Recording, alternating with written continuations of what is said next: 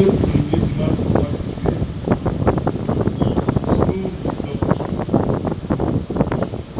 parole de Dieu dans le Nouveau Testament, dans l'Épître aux Philippiens, au deuxième chapitre, du premier verset au 8e verset. Philippiens, chapitre 2, 1 à 8. Et avec moi, la version des textes originaux hébreux faits par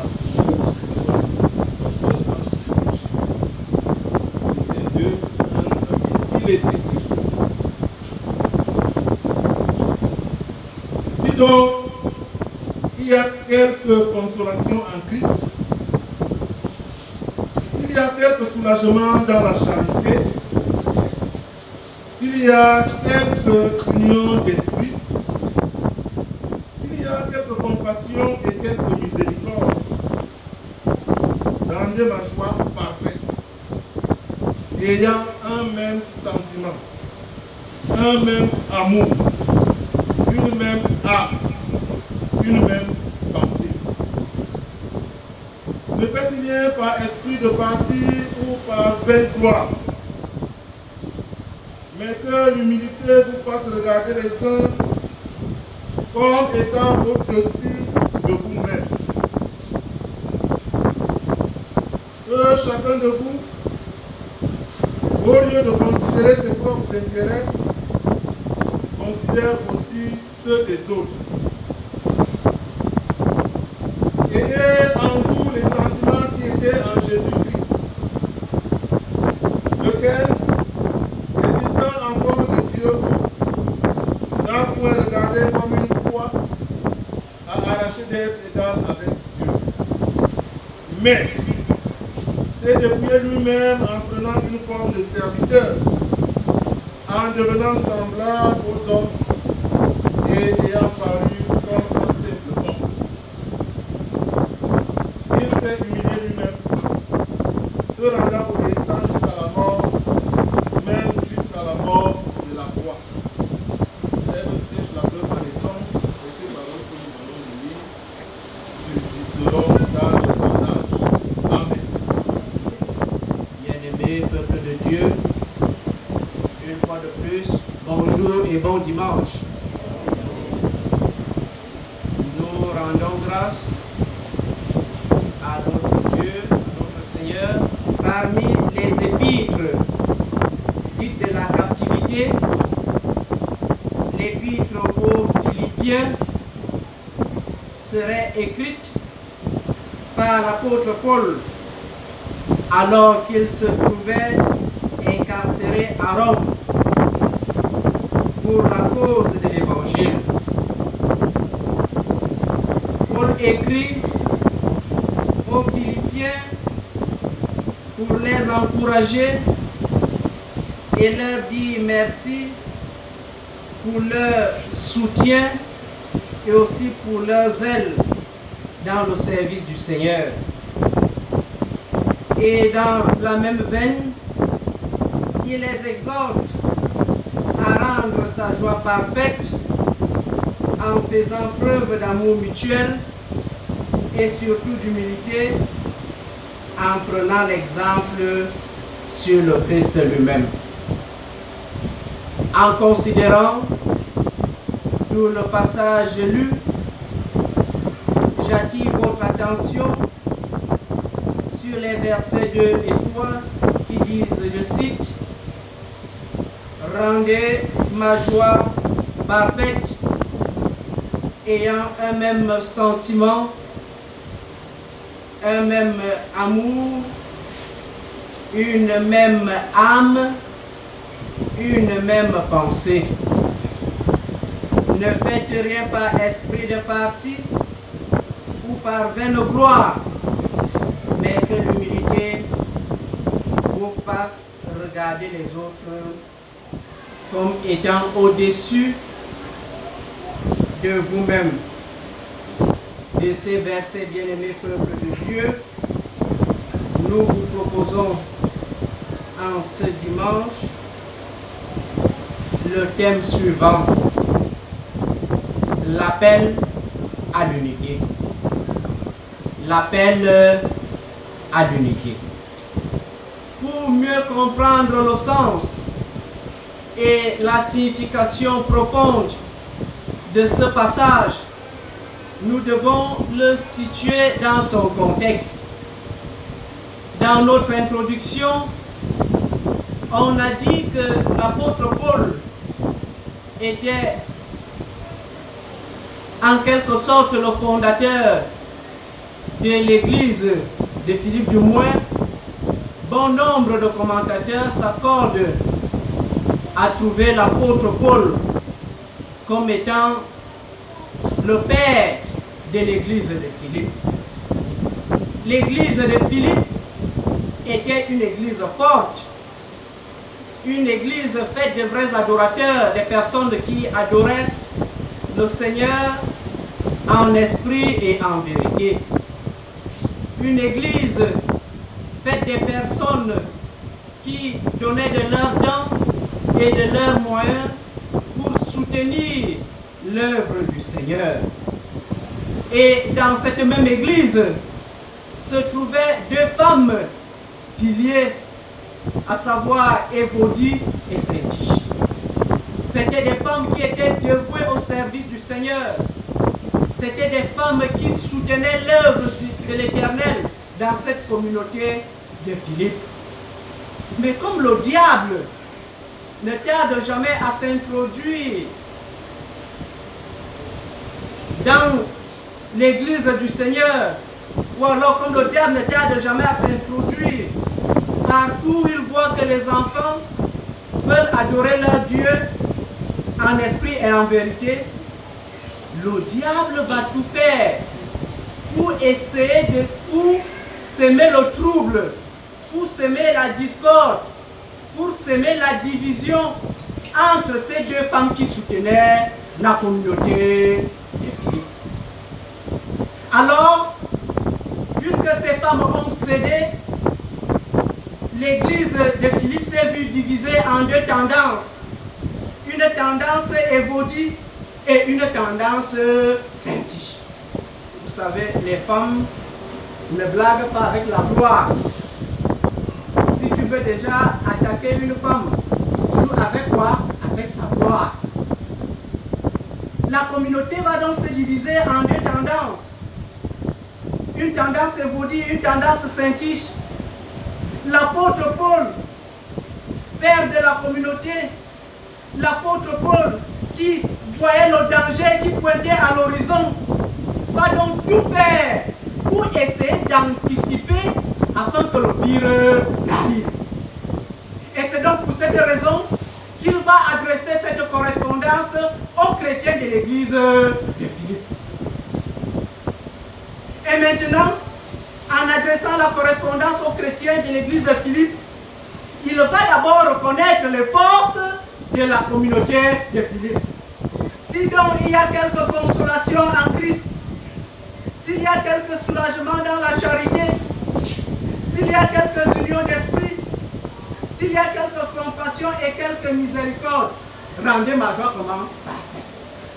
Alors on peut remplacer le si utilisé ici par étant donné que il y a déjà quelques consolations en Christ, étant donné qu'il y a quelques soulagements dans la charité, étant donné qu'il y a quelques unions d'esprit, quelques compassions et quelques miséricordes, rendez quoi? Ma joie.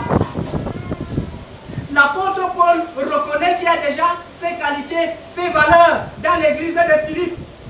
Mais à cause de la division, à cause des querelles, à cause des luttes, à cause des disputes, l'église court le risque de se diviser.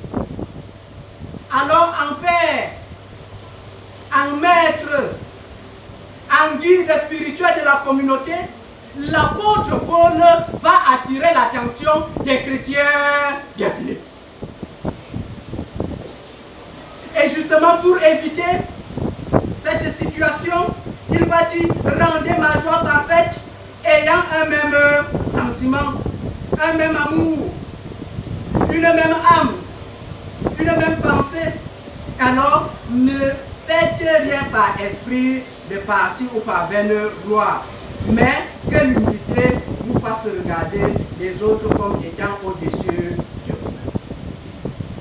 Pour donc éviter que l'unité soit brisée, pour éviter qu'il y ait des divisions, première des choses, ne faites rien par esprit de quoi? De parti. Parce que justement, dans la communauté, il y avait déjà des groupes. Il y avait des pro-Saint-Tiche, il y avait des pro-Évody, si bien que quand la tendance Évody avait même raison, la tendance Saint-Tiche ne pouvait pas s'aligner. Alors, l'apôtre Paul dit aux chrétiens de Philippe, ne faites rien par quoi? Par esprit de parti. Nous pensons que si l'Église aujourd'hui connaît des problèmes, nous pensons que si l'Église aujourd'hui est divisée, c'est parce qu'à l'intérieur de l'Église, il y a déjà des tendances.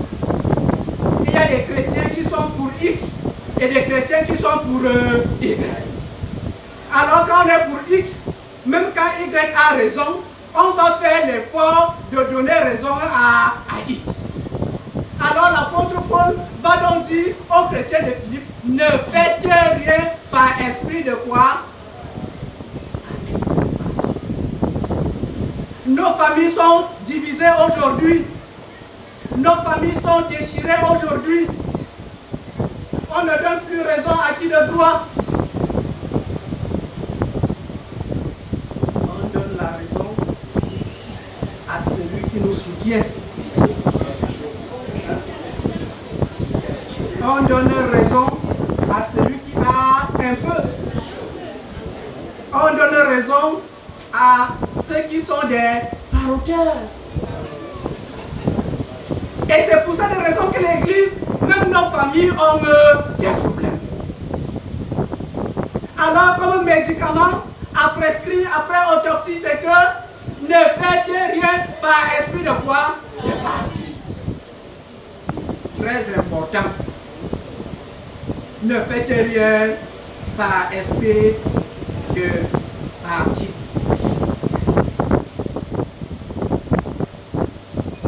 Ou par vaine gloire.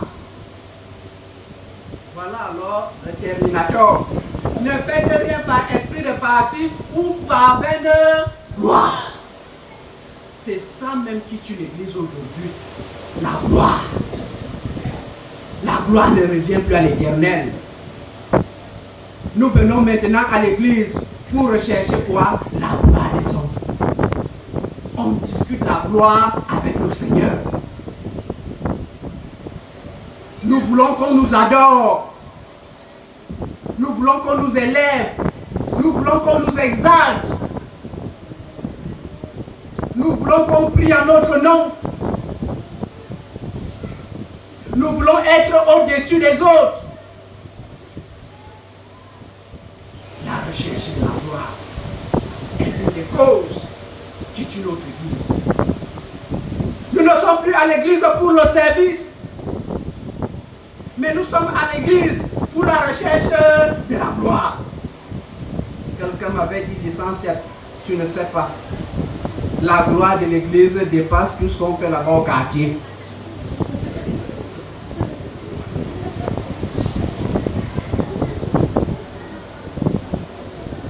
L'Église, bien-aimé peuple de Dieu, a des problèmes aujourd'hui parce que nous faisons des choses par esprit de parti et parce que nous faisons des choses par vaine gloire.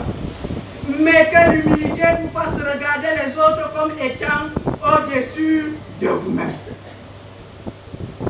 Que l'humilité vous fasse regarder les autres comme étant où? Au-dessus de vous-même. L'autre là alors, c'est tout le monde qui va être chef dans l'église. C'est tout le monde qui va être président dans l'association.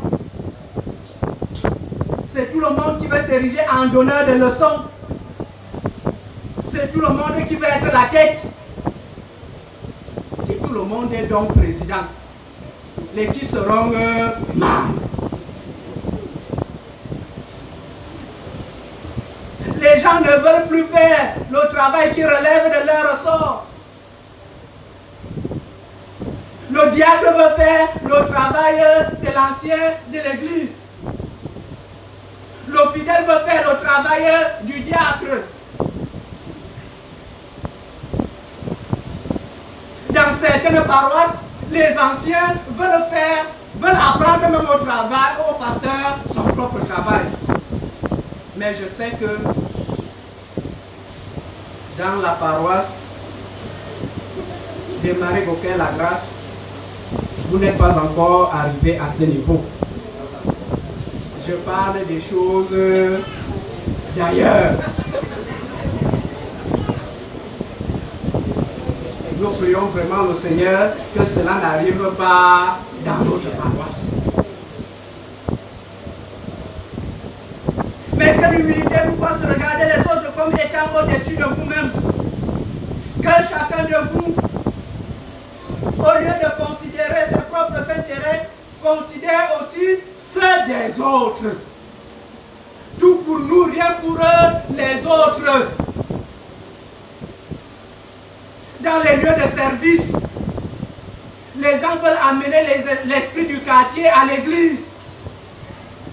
Discuter le pouvoir. Être au centre de tout. Être partout au même moment. Et ceci pour ne rien faire. Au lieu de considérer ses propres intérêts, considérer aussi ceux des autres. Les autres veulent aussi vivre. Pourquoi occuper tout le siège? Bascule un peu. N'est-ce pas? Donne aussi la place aux autres. Permet aux autres de s'exprimer. Les hommes sont devenus égoïstes, égocentriques. Et c'est l'une des causes des divisions, des querelles dans notre Église. Les gens veulent rester dans les mêmes postes. Les gens veulent tout faire. Les gens pensent qu'en dehors d'eux, personne d'autre ne peut faire mieux. Au lieu de considérer ses propres intérêts, considérer aussi ceux des autres. C'est pourquoi il dit, ayez donc en vous les mêmes sentiments qui étaient en Jésus-Christ, lequel existant en forme de Dieu n'a point regardé comme une proie à arracher d'être égal à Dieu, mais s'est dépouillé lui-même. Nous devons nous dépouiller. Nous devons être semblables au Seigneur Jésus. Lui qui n'a pas regardé d'être égal à Dieu, mais qui s'est dépouillé de la gloire. Il a pris la place des serviteurs, mais s'est dépouillé lui-même en prenant une forme de serviteur, en devenant semblable aux hommes et ayant paru comme un simple homme.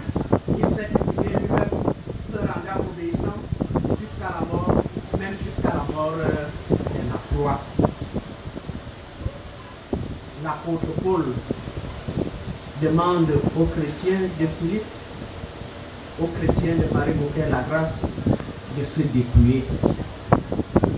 Nous devons nous dépouiller comme le Seigneur Jésus-Christ. Nous devons oublier nos rangs.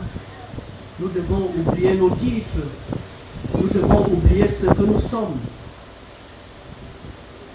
Nous devons résolument nous mettre au service du Seigneur en toute humilité.